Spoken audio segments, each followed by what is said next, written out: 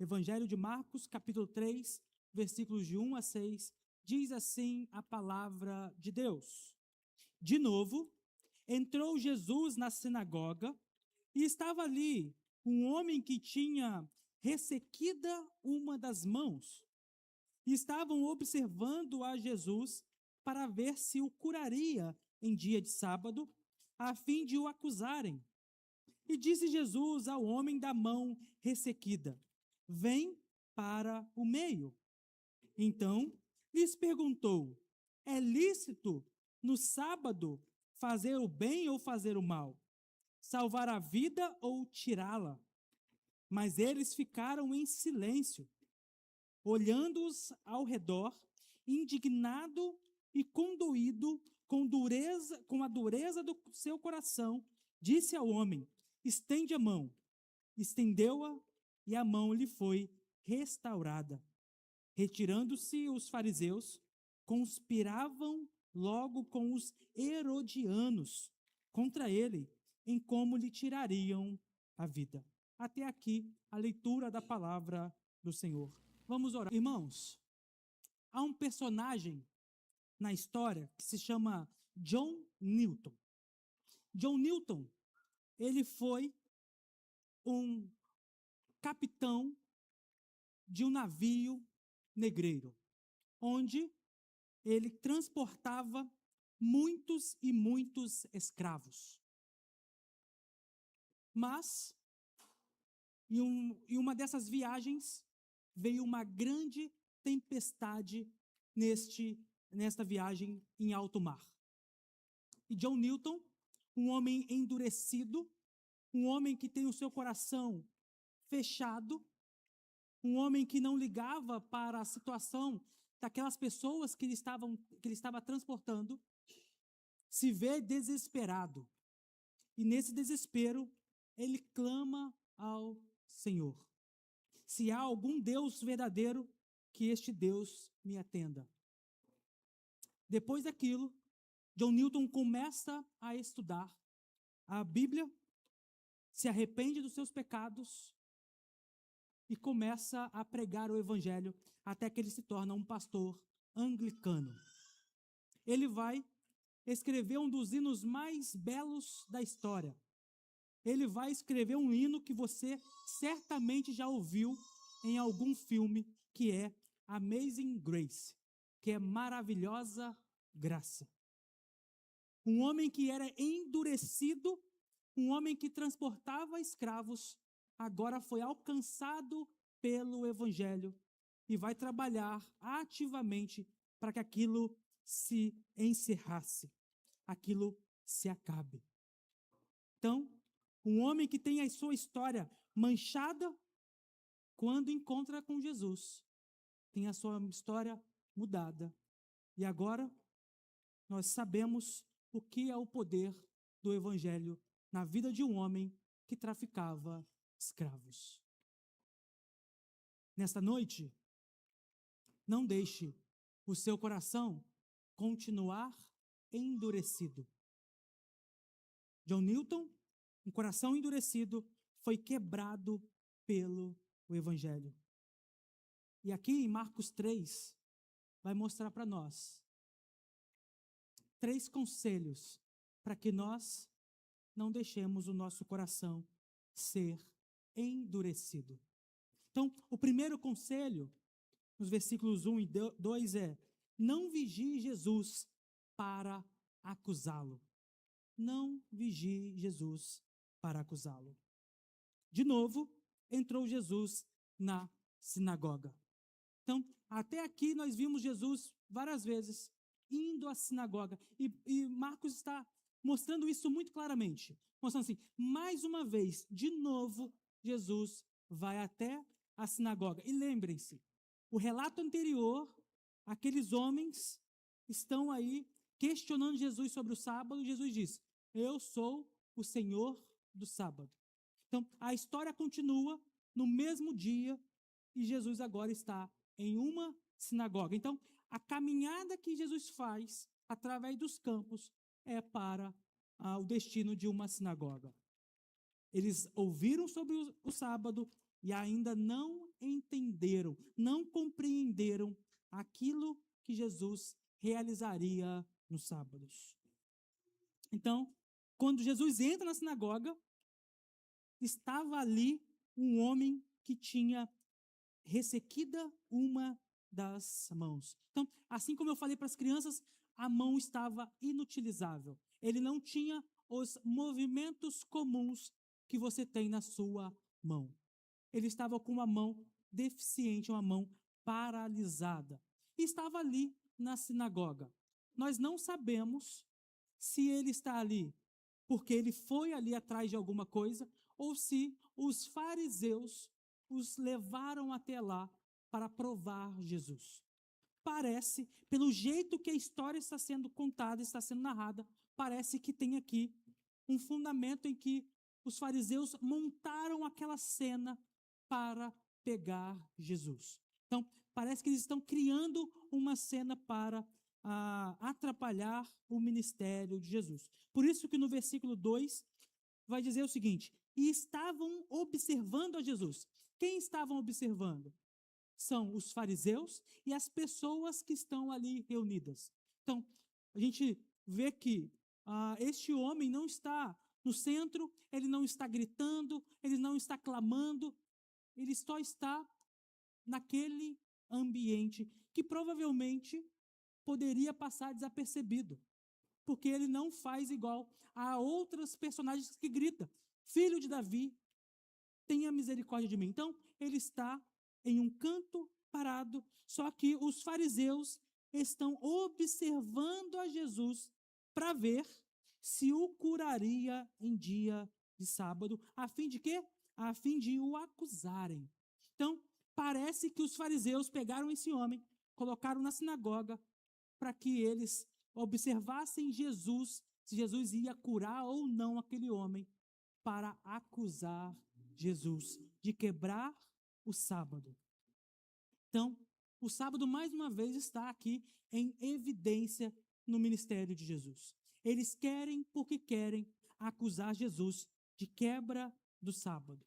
Eles são minuciosos, detalhistas, estão olhando ali nas entrelinhas para ter um motivo de acusação a Jesus. É o que nós chamaríamos hoje, são os detetives. Estão investigando e não estão ali para adorar ou para aprender. Estão ali apenas para acusar Jesus. Eles estavam na sinagoga apenas para evidenciar algo que eles vão tramar mais à frente. Eles querem provas de que Jesus quebraria o sábado. Mas há muitas pessoas nos dias de hoje que vêm à igreja não para adorar ao Senhor. Muitas pessoas vêm à igreja não para cultuar a Deus, não para ouvir a voz de Deus, mas para investigar, para ser detetives cristãos que investigam todas as coisas, para no momento apropriado acusar o pregador, acusar aquele que está cantando, acusar os diáconos, os presbíteros, aqueles que estão trabalhando. Então, eu venho para a igreja apenas para investigar e depois acusar a igreja de Deus. Muitas vezes, nós podemos estar com a intenção no nosso coração errada e viemos para a igreja para apenas acusar aqueles que estão presentes, apenas para acusar a Jesus. Então, aqueles homens estão prontos para acusar Jesus se Jesus vai curar um homem. Às vezes nós estamos prontos para julgar as conversões que Jesus vai realizando. Então nós olhamos para as pessoas e dizemos: essa pessoa não, ela não merece isso. Isso é mentira, ela está mentindo, ela não ouviu do Evangelho. E nós, no alto da nossa soberba, estamos acusando as pessoas que estão sendo convertidas por Deus. Mas no final das contas, nós estamos acusando o próprio Senhor Jesus, pela sua obra. Nós não podemos ter um coração que julga as conversões, que julga a obra de Jesus Cristo. Jesus vai realizar uma obra e aqueles homens estão mais interessados não naquele homem que sofre, mas sim na quebra do sábado, na quebra de um ritual. O problema é que a lei nada fala sobre fazer o bem. A lei do sábado não impede que os homens quebrem o sábado para fazer atos de misericórdia. Nós podemos e devemos fazer bem. Mas a lei que eles criaram, a tradição rabínica, que eu disse na semana passada, com 39 leis, dizia que você só poderia curar alguém se aquele risco era iminente de morte. Ou seja, essa pessoa vai morrer se não receber tratamento hoje. Então você pode curar. Você pode trabalhar porque ela vai morrer. Se essa doença não for uma doença que vai levar a óbito, deixa para amanhã. Não é agora a hora de ser tratado. Então, aquele homem que está com a mão paralisada, ele não tem risco de morte. Então, certamente, no domingo, ele estaria ali para ser curado. Esse é o pensamento da lei que eles criaram. Então, não é o momento. Não, calma. Esse sofrimento que já durou por alguns anos, calma. Ele pode aguentar mais um dia. É isso que a lei dizia. A lei que eles criaram e não a lei de Deus. Então, eles criam essas leis e querem que Jesus use dessa lei como regra para o seu ministério. Só que Jesus não obedece à lei dos homens, vai obedecer à lei de Deus. O que importa é obedecermos ao Senhor. Então, Jesus não obedece a eles ou a essas regras. Por isso, eles estão atentos, olhando para aquilo que Jesus iria realizar. Eles não estão interessados se aquele homem sofre ou não. Estão interessados apenas na guarda do sábado. É possível estarmos na igreja, estarmos no ajuntamento do povo de Deus e ainda assim ter o coração distante, o coração longe da palavra de Deus, longe da comunhão com Deus. Os fariseus vão para o culto, não para adorar. Os fariseus vão para apenas vigiar, suspeitar e acusar. Onde falta amor, sobra crítica, sobra intolerância, sobra escrutínio. Onde falta amor, sobra lei, sobra regras. A igreja não é um lugar para nós colecionarmos as faltas dos nossos irmãos. A igreja é um lugar para contemplarmos o Cristo vivo, aquele em quem morreu em nosso lugar. É o lugar para ouvirmos a palavra, é o lugar para sermos alimentados, é o lugar para sermos confrontados e transformados pela palavra de Jesus Cristo. Há pessoas no meio da congregação marcadas por dores que ainda machucam, por pecados que ainda escravizam, por traumas profundos, por culpas que são silenciosas, fraquezas emocionais e feridas espirituais que ninguém as vê. Ninguém compreende, porque estão todos ligados apenas à lei, mas não ao amor ao próximo. Então, quando nosso espírito se enche de um espírito farisaico, um espírito que julga, que vigia, nós esquecemos de dar os nossos braços, dar os nossos ombros e acolher aqueles que sofrem. Onde Cristo reina, as pessoas que têm então um coração ressequido são agora transformados pelo Evangelho, são agora transformados pela graça de Deus. Então, o primeiro conselho é: não vigie para acusar. O segundo conselho, nos versículos 3 a 5, é: submeta-se ao Jesus que expõe para restaurar. Submeta-se ao Jesus que expõe para restaurar. Versículo 3 diz: E disse Jesus ao homem da mão ressequida: Vem para o meio. Então, aquele homem estava num canto, Jesus chama este homem para o centro. Então, provavelmente, agora tem Jesus, esse homem no centro, e uma grande roda em volta, olhando para aquela cena. As crianças podem estar atentas a isso, que tem uma grande roda com muitas pessoas, e Jesus e o homem da mão ressequida ao centro.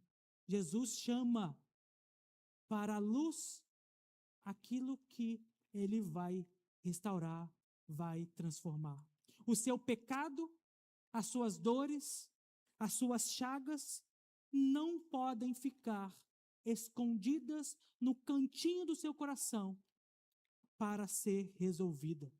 Jesus chama o seu pecado, a sua dor, para o centro, traz para a luz para resolver. Se você mantém ainda alguma coisa bem escondidinha no seu coração, Jesus vai trazer à tona para que você seja curado. Então, no versículo 4, Jesus então lhes perguntou: é lícito nos sábados fazer o bem ou fazer o mal? Então, é uma pergunta muito simples, muito objetiva. Jesus está fazendo para eles é lícito fazer o bem ou fazer o mal no sábado? Então, qualquer um poderia responder rapidamente: claro que é lícito fazer o bem. E Jesus depois vai ensinar para nós o grande mandamento. Não é amarás o teu próximo? Então, fazer o bem ao próximo é agradável a Deus. Então, Jesus está perguntando para eles: é lícito fazer isso? Fazer o bem ou fazer o mal? Isso é correto? Vejam, eles são aqueles que se arrogavam intérpretes da lei, aqueles que conheciam a lei, conheciam aquilo que Deus havia ordenado. E Jesus faz uma pergunta simples. E qual que é a resposta deles? Mas eles ficaram em silêncio. Eles não sabem responder uma pergunta simples. Sabem apenas as suas leis que criaram para sobrecarregar o sábado e não terem descansos. O Senhor vai ainda mais fundo ao perguntar se é fazer o bem ou fazer o mal. Então, o que Jesus vai fazer é algo muito bom. Só que Jesus acrescenta uma questão aqui. E eu quero que você permaneça com essa pergunta na sua mente, que no final eu vou responder por que Jesus faz essa pergunta. Mas isso é muito importante. Não se esqueça disso. Ou fazer o mal. Ou fazer o mal. E essa não é uma questão abstrata. Aquele homem sofre.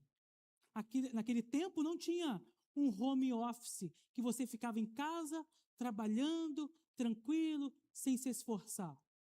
Todos os trabalhos eram majoritariamente manuais. Você precisava das suas mãos para ter o seu sustento, para comer, para sustentar as pessoas. Aquele homem com apenas uma das mãos, se tivesse algum emprego, certamente o seu salário seria menor. Então, certamente ele passava por dificuldades. Aquele homem vive uma vida difícil, constrangida, mas os fariseus não se importam com isso. Eles não estão nem aí. Eles têm a certeza que Jesus pode curar. Eles não têm essa dificuldade. Eles querem apenas que Jesus quebre a lei que eles mesmos criaram. Versículo 5 então diz: olhando aos redor, veja como Marcos vai mostrar uma cena muito vívida. Jesus olhando ao redor, indignado, isto é, em ira, e conduído com tristeza, por causa da dureza do seu coração, disse ao homem: estende a mão. Então Jesus olha ao redor. Todos estão ao redor de Jesus e do homem com a mão ressequida. Jesus olha ao redor e, por causa da dureza do coração, ele fica agora indignado. E aqui é uma ira, e uma ira santa de Jesus. Jesus está indignado porque eles estão mais atentos aos seus próprios rituais do que aquele homem. Eles não querem saber se Jesus vai ou não curar, querem apenas criticar a Jesus. Essa ira de Jesus aparece em Marcos 10, 14 também. Jesus, porém, vendo isto, indignou-se e disse-lhes: deixai vir a mim os pequeninos, e não os embaraceis, porque dos tais é o reino de Deus. Irmãos, a ira não é pecado. Jesus se irou. O problema da ira é porque nós não a controlamos. A ira, ela deve ter alguns meios para você saber se a sua ira é santa ou não. Uma coisa é: a minha ira agrada a Deus? Isso você deve se perguntar quando você estiver irado, estiver com raiva. Essa ira agrada a Deus? A segunda coisa é: essa ira vai de conforme a palavra de Deus? Agrada a Deus, palavra de Deus. E o último conselho é: essa ira vai glorificar a Deus? Então, se a sua ira não tem esse tripé, a sua ira é pecaminosa e você precisa se arrepender dos seus pecados. Jesus, ele se ira de uma forma correta, santa, e ele vai não somente ficar irado, mas ele vai ficar triste porque o coração daqueles homens são corações endurecidos. Porque agora eles não estão prezando pelo bem do próximo, mas apenas pela condenação na condenação de Jesus Cristo. Então Jesus tem uma tristeza, uma ira acompanhada de tristeza. Só que o cenário continua. Todos estão ao redor, todos estão olhando. Os fariseus de um lado esperando Jesus fazer alguma coisa para a condenação de Jesus. Os outros homens estão ali aguardando. O que Jesus vai fazer? Vai ou não vai curá-lo? Jesus tem ou não tem poder? Jesus então diz àquele homem: estende a mão. Jesus só fala: estenda a sua mão. Não fala mais nada. E não tem nenhuma lei dessas leis rabínicas que proíbe alguém de falar. Jesus poderia falar. Não quebraria nenhuma lei deles. E também não há nenhuma lei impedindo alguém de estender a própria mão. Então Jesus, ao saber das motivações do coração desses fariseus, faz um milagre que ele não quebra as leis rabínicas e manda apenas estender a mão. Aquele homem então vai estender a sua mão e a sua mão vai voltar a funcionar. Vai ser curada imediatamente. Tecnicamente, aqueles rabinos não podem condenar Jesus pelo que ele realizou, porque falar não era uma quebra da lei do sábado. Mas aquele homem foi alcançado pela graça e foi curado. Mas o que aquele homem disse? O que aquele homem confessou? O que aquele homem falou? Nós não sabemos. Aquele homem nada falou, nada esboçou. Ele estava em um canto, Jesus chama para o centro Jesus manda ele estender a mão, ele estende e é imediatamente curado. A única ação daquele homem é estender a própria mão. Ele obedece a Jesus imediatamente, algo que os fariseus ainda não entenderam. Desde o início, Jesus está provando que a sua autoridade é sobre tudo e sobre todos, e mais uma vez ele prova que a sua autoridade é sobre as enfermidades. Jesus tem poder para curar. Ele fala e a mão é curada instantaneamente. O mesmo Jesus que cura é o Jesus que expõe aquele homem em meio à congregação para curá-lo. Cristo não vai restaurar alguém escondido, ele traz para a luz. Ainda hoje, muitos querem ser curados, muitos querem ser perdoados, muitos querem o favor de Deus, mas querem continuar no anonimato, querem continuar escondidos, querem alívio de dor, mas não querem se achegar a Jesus diante de toda a igreja. Quer que as feridas sejam curadas, sejam saradas, mas não querem vir à luz, porque ainda tem orgulho no seu coração. Ainda tem uma frieza e uma falsa piedade. Hoje é o dia para que o seu coração seja quebrado e você se renda aos pés de Jesus, para que Jesus cure as feridas do seu coração.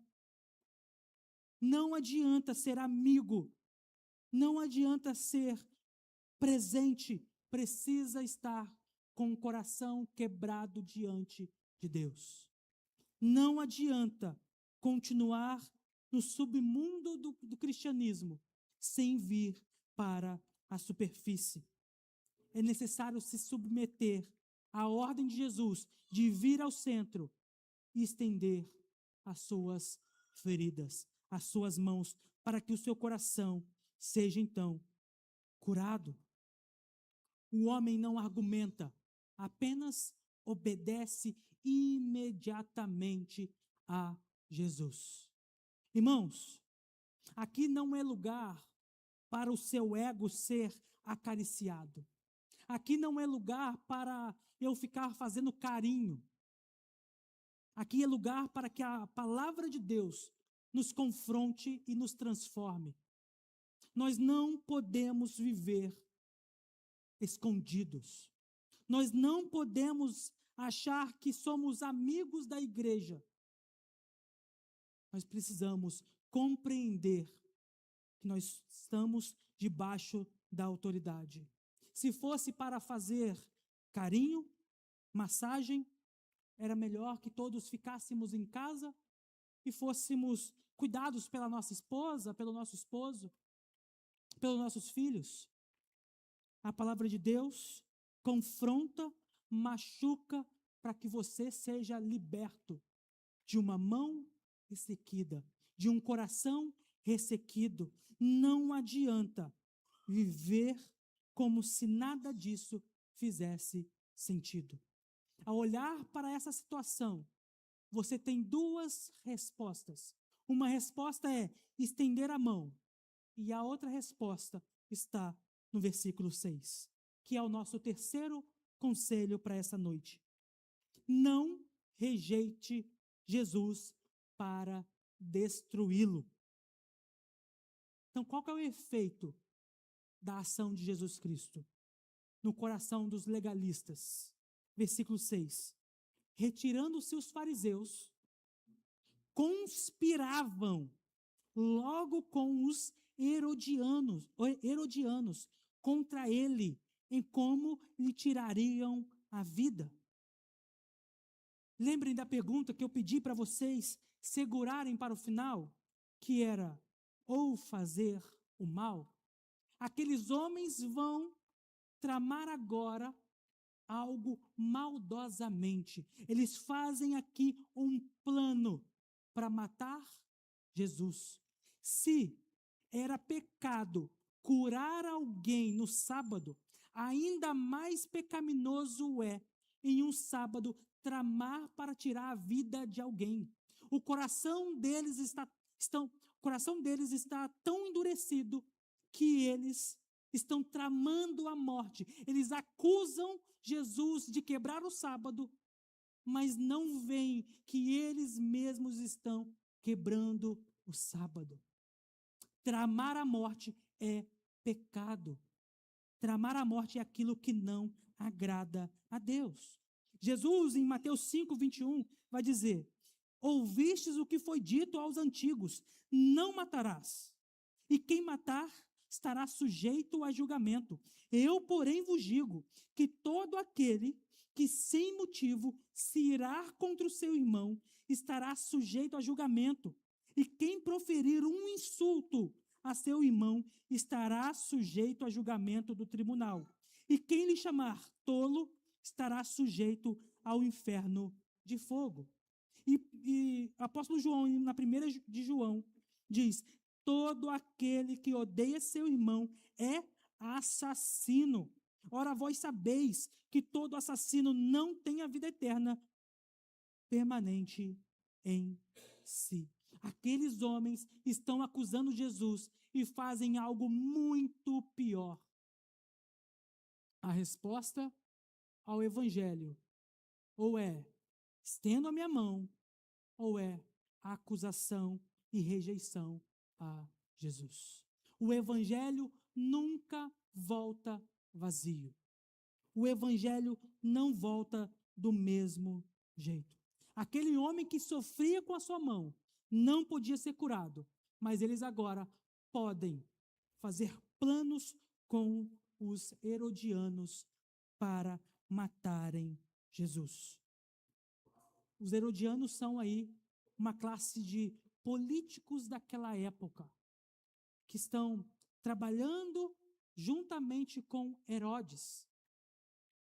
Os fariseus eram conhecidos por se manterem afastados dos impuros, daqueles que não eram santos, daqueles que não acordavam a partir da lei que eles haviam proposto. Então, eles eram pessoas separadas. E agora, para matarem a Jesus, se unem às pessoas que eles tanto condenavam. Porque eles precisavam de uma força política para matar a Jesus. Eles agora se unem àqueles que eles não gostavam. Os herodianos, por sua vez, vendo que a multidão se acrescia, ficava com medo de que poderia surgir uma rebelião e tomar todo aquele reino. Lembrem-se que Jesus era guardado aquele que libertaria o seu povo. Eles esperavam um general de guerra. Então, os herodianos podem muito bem ter conhecimento disso, está pensando: Jesus está formando o seu exército, vamos nos unir com os fariseus para que a gente o mate. Então, aqueles homens vão tentar agora anunciar e planejar a morte de Jesus. Começa aqui os planejamentos para matarem a Jesus. Eles não estão preocupados com aquilo que Jesus pode realizar, mas sim com as suas próprias regras e próprias leis. Mas o texto deste homem, o texto que nós lemos, o personagem principal não é este homem da mão ressequida, mas é Jesus, aquele quem cura profundamente as nossas dores. Jesus é aquele quem tem autoridade, é aquele que pode perdoar os nossos pecados, é aquele que revela o coração ressequido, tanto daquele homem quanto dos fariseus, um coração duro, um coração que não compreende a palavra. Os fariseus tinham a sua própria religião, mas não tinham amor, não tinham misericórdia para com o próximo. Tinham regras, tinham zelo, mas o coração deles estava longe de Deus.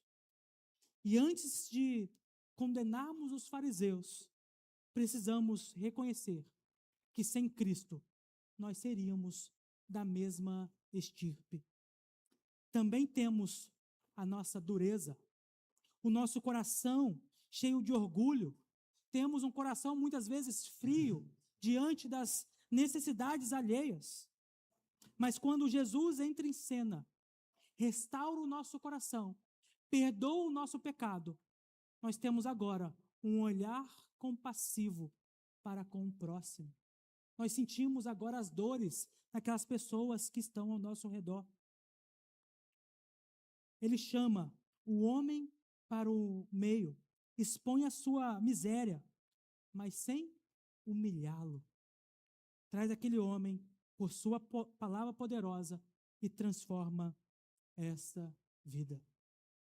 Isso tudo aponta para a cruz.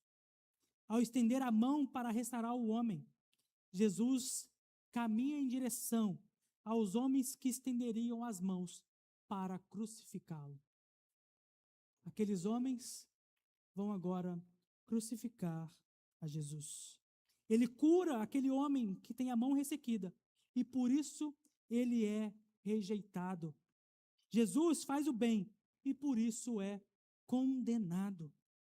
Então, por isso, irmãos, precisamos examinar como nós estamos vivendo.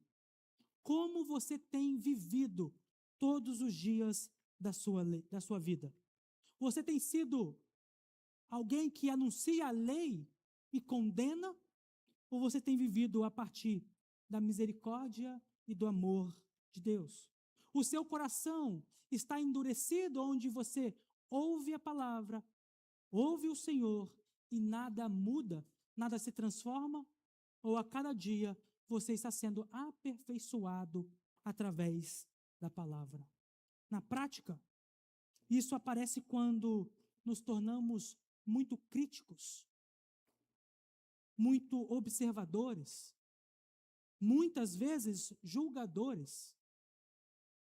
Isso está mostrando que o nosso coração, na prática, está endurecido.